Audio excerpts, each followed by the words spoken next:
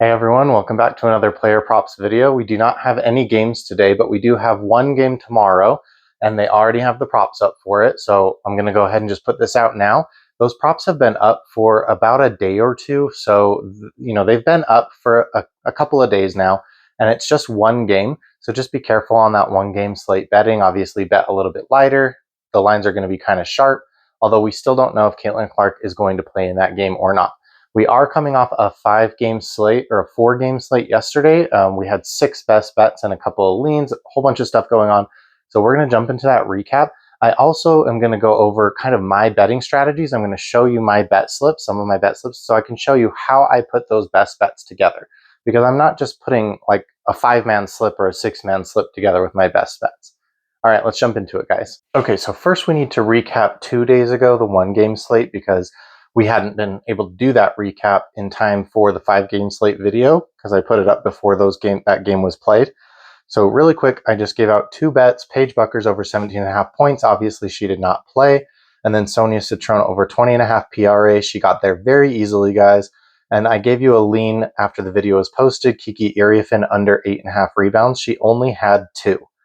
The reason why I knew these were good plays together is because first of all, this team has played each other before recently, and this same thing basically happened. So the Wings pack the paint.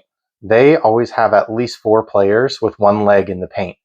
And that's how I knew Kiki Iriefin was going to have a tough rebounding day. And that leaves a lot of open threes for someone like Sonia Citron. And with Brittany Sykes on the court to distract the Wings players, they can't just focus all of their defensive attention on Sonia. So I just felt like it was going to be a really good game for her. I wasn't sure if Brittany Sykes was going to play, but I was willing to take the risk and bet on her. I think I've already told you guys, I think that Sonia Citron should be the Rookie of the Year over Paige. I think they're both great. I think Sonia is better, and I think she's getting better and better as the season goes on. I think this game just sealed the deal with like the reins are going to be handed over to Sonia to run this team. So that brings us to 34, 15, and 1. That's a 69% hit rate on those regular line plays. Once again, those leans do not count towards that win total, just the best bets. And then in the 5-game slate or the 4-game slate, I gave you 6 best bets. 1 was an added play after the fact, and 5 were in the video. So let's go over those. Asia Wilson over 33.5 PRA. I told you this was the lowest line we'd ever see on Asia, and she crushed it. She had 51. That game did not go over the total like I thought it would, but it was pretty close to the total. So it was a relatively high-scoring game. I'm glad that we took a lot of overs in that game because a lot of them did cash for us. In that same game, Alyssa Thomas, we took over 8.5 assists. She ended with 8. She had 5 at halftime, so that was pretty close. I thought we were going to get there easily, but she did only end with 8, so she hooked us there. We should have gone with her rebounds or her points. Those both did cash. And I actually also took her points and assists. Or no, I took her rebounds and assists in another slip, and that did not cash either. That one also hooked by 1. But I didn't give that out to you guys. I just, sometimes with these best bets, I'll take the best bet, but then I'll also take a different stat line on the same player. And I'll show you that when we get into our slips here in a second. Alicia Gray over 8.5 rebounds and assists. I think she had like 14 or 15, so she definitely crushed that for us. I doubt we'll see a line that low again on Alicia Gray. It'll probably always be 9.5 at least, which is where it usually is. Azura Stevens, she had a great game against the Sky twice earlier in the year, and we picked her again because she just has that height to go against them and to contend with Angel Reese for those knee bounds on either side of the court. So she scared me because she was not really having a great game. And then in the 4th quarter, she really turned it on and got us there with her points. I took her PR, but then I also took her points as well. So I'll show you that in one of my slips. Neko was the added play. We took under 17.5 points, which cleared easily. She only had 8. So I figured this would be a tougher, like a closer matchup than people were thinking. And in those tough games, Skylar Diggins is the point person. She is going to take all of the shots. She is not going to be facilitating when it's a close game and they're trying to win it. So Nneka had a bad game there. That was obviously a great read by us. And then our one, we did have this Alyssa Thomas one that missed by the hook. But our big miss was Sabrina Ionescu, 22.5 PA. Obviously, we were betting on a bounce back game for her. She only had 5 points at the half, and then she really turned it on later, but didn't quite get us there. She ended with 17 PA, so pretty short, about 6 short of that line. But I did take her in a plus money play, which I gave out to you in the pinned comment, over 2.5 3-pointers made. She made 3, so she barely got us there, and actually that saved my day. So I'll show you how that saved my day. Because these leans, remember, I don't tell you to bet these leans. They're not best bets for a reason, either because they're riskier or my confidence level is just lower in them, but I do bet them. So it looks like I had a pretty bloody day, but I actually came out slightly ahead, and I'll show you how I did that. So Satu Sabli over 1.5 3-pointers made. She only made 1. She shot plenty, I think 7 shots, but she just only sunk 1 of them for us. So unfortunately didn't get there. Over 25.5 PR. She didn't even come close to that line. So she just didn't have the day we thought she was going to have against the Aces. And then Kayla Thornton over 22.5 PR. Obviously, she got hurt 30 seconds into the third quarter. So that kind of sucks. I mean, we deserve a reboot on that. She literally did nothing in the second half. She came in for like 30 seconds, got hurt, left the game. And obviously, we hope she's okay. But the apps are not giving us a refund on that play, even though she didn't play the whole second half, basically, which is fine. We'll just take that as a loss. She wasn't really on pace to get there. Actually, no, wait, that's not true. She was on pace to get there for us. She had, I think, 9 or 10, maybe something like that at the half. So it would have been a stretch. If she had turned it on at the second half of the game, obviously she would have got us there. And it was mostly rebounds, guys. She was having a great rebounding game earlier in the first half. Obviously, if she's hurt and not on the floor, she can't get us there. So that brings our total WNBA run for the season up to 38, 17, and 1 for 69% hit rate, which is amazing for regular line plays. I don't count my leans in here. I also don't count any goblin plays or altered lines in my win total like a lot of other YouTubers do. The other thing I wanted to talk about is I'm not afraid, like a lot of YouTubers, they're just going to give you 2 bets. So if I were to have given you my 2 best bets, I put Azure Stevens on the thumbnail. So she was my best bet. The thumbnail is always my best bet, guys, my favorite bet. And then Asia Wilson was my second favorite bet. Alicia Gray probably would have been my third, maybe Sabrina. So if I had just given you 2 bets, they would have both hit, and my record would look even better than this.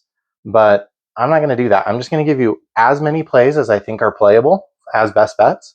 And then I'm also just going to throw some leans out there so you know what I'm thinking. But you don't have to be making the exact same bets as me. Obviously, take what you want, leave what you don't. I'd love to hear what you think in the comments if you think I'm wrong or if you think I'm right. I mean, we're all trying to help each other out here. So let me show you my slips. I had 3 losing slips. I had Sabrina and Asia together, so those were 2 best bets. I had Alyssa Thomas and Kayla Thornton together. Those were a best bet and a lean, and obviously they both missed.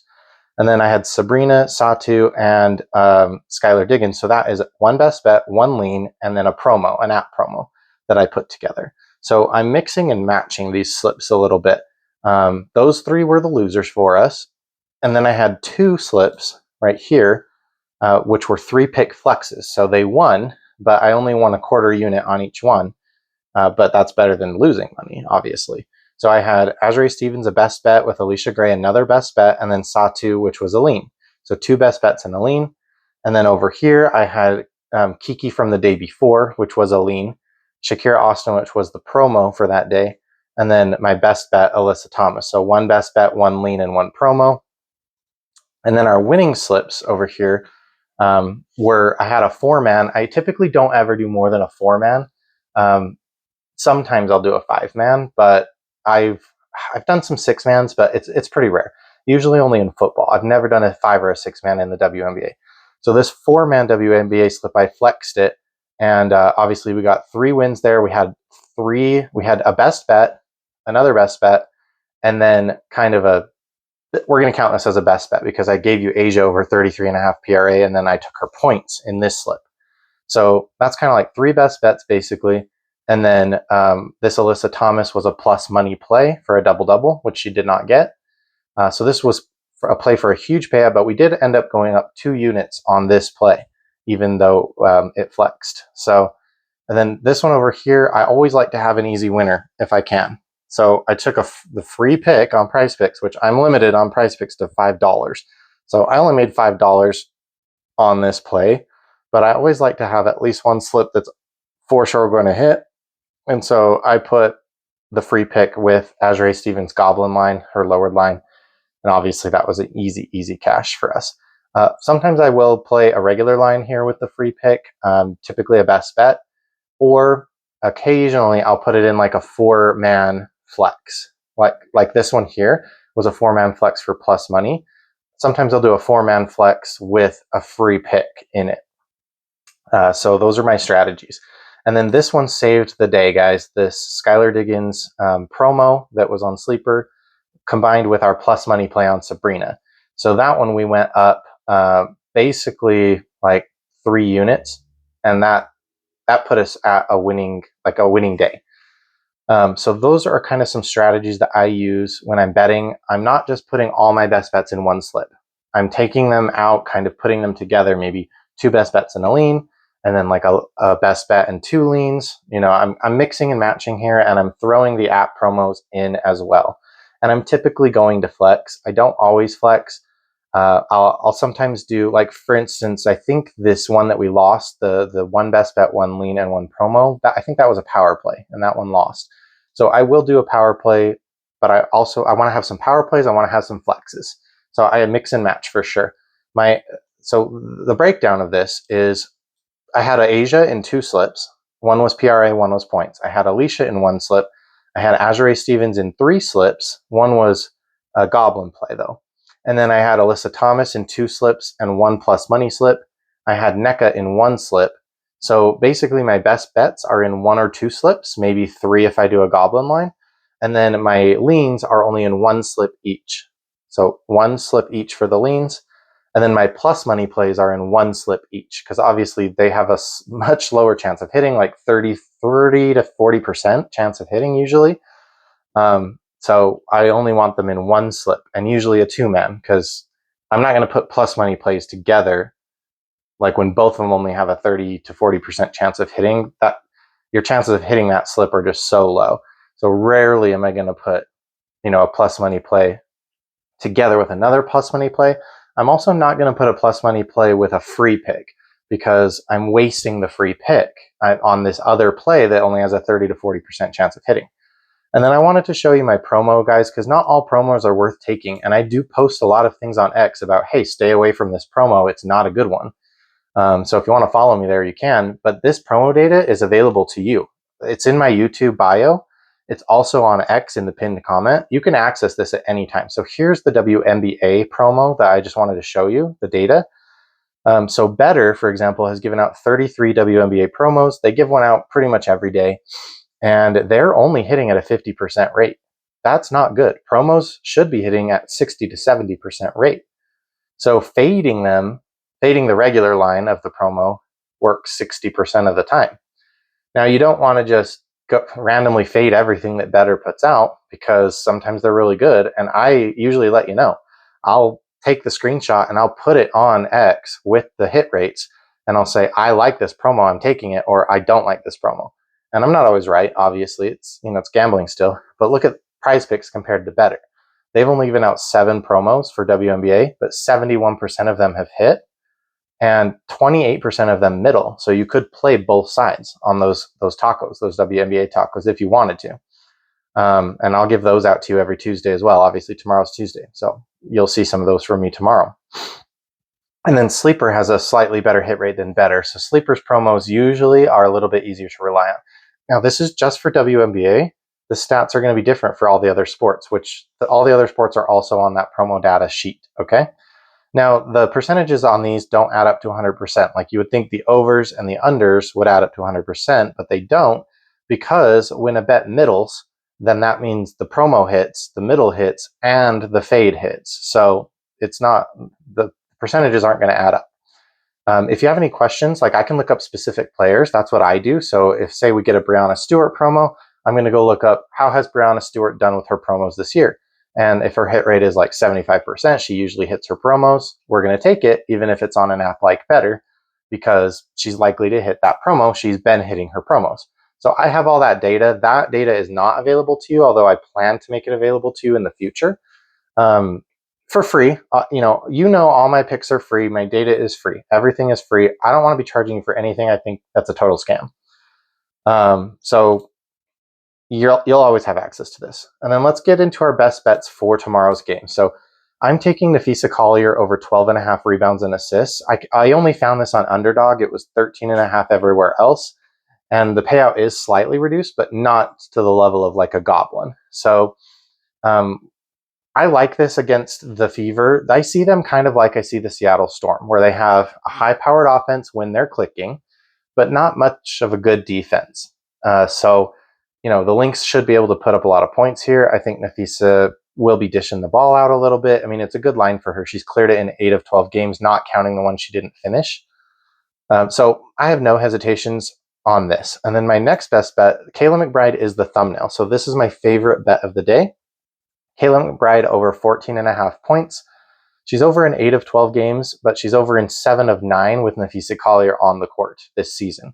So that's a pretty good hit rate. She is the thumbnail, and she is my favorite bet on this slate. And then we are also taking Kelsey Mitchell under 19.5 points. The last 5 people are going to hate this because she has hit the last 4 games in a row. Obviously, Caitlin Clark was not on the court for the last game against the Wings, but she has been on the court for the 3 previous games. And that is not really playing into this bet. With Caitlin Clark or without Caitlin Clark, I still think Kelsey Mitchell is going to go under this number because, one, it's really, really high. Her normal line is 17.5. And then also the hardest team she's played this year is the Dream. They're the 5th ranked team. So there are 4 teams ranked above them. And when she played the Dream, she only had 17 points. Or no. She had, let's see. She played the Atlanta Dream. She had, I can't tell the number here, but it's 17, I think. When the Dream played the Lynx, just barely, Alicia Gray had 17 points. Ryan Howard had 15. So neither one of their players went over this line. And I think so if Caitlin Clark plays, she'll have around 19, 20, 21 points, in my opinion. Kelsey Mitchell might have 15, 16, right around there. If Caitlin doesn't play, I think Kelsey Mitchell could do even worse than that. I think getting over 17 is going to be really hard for Kelsey Mitchell. So this 19.5 line, I think, is a gift. And we're hitting under on that. So those are 3 best bets. I do not have any leans for you today. Let's just quickly do a recap. So we're taking Napheesa Collier over 12.5 RA. Kayla McBride over 14.5 points. She is the thumbnail, and she's my best bet. And then under on Kelsey Mitchell under 19.5 points. Thanks, guys.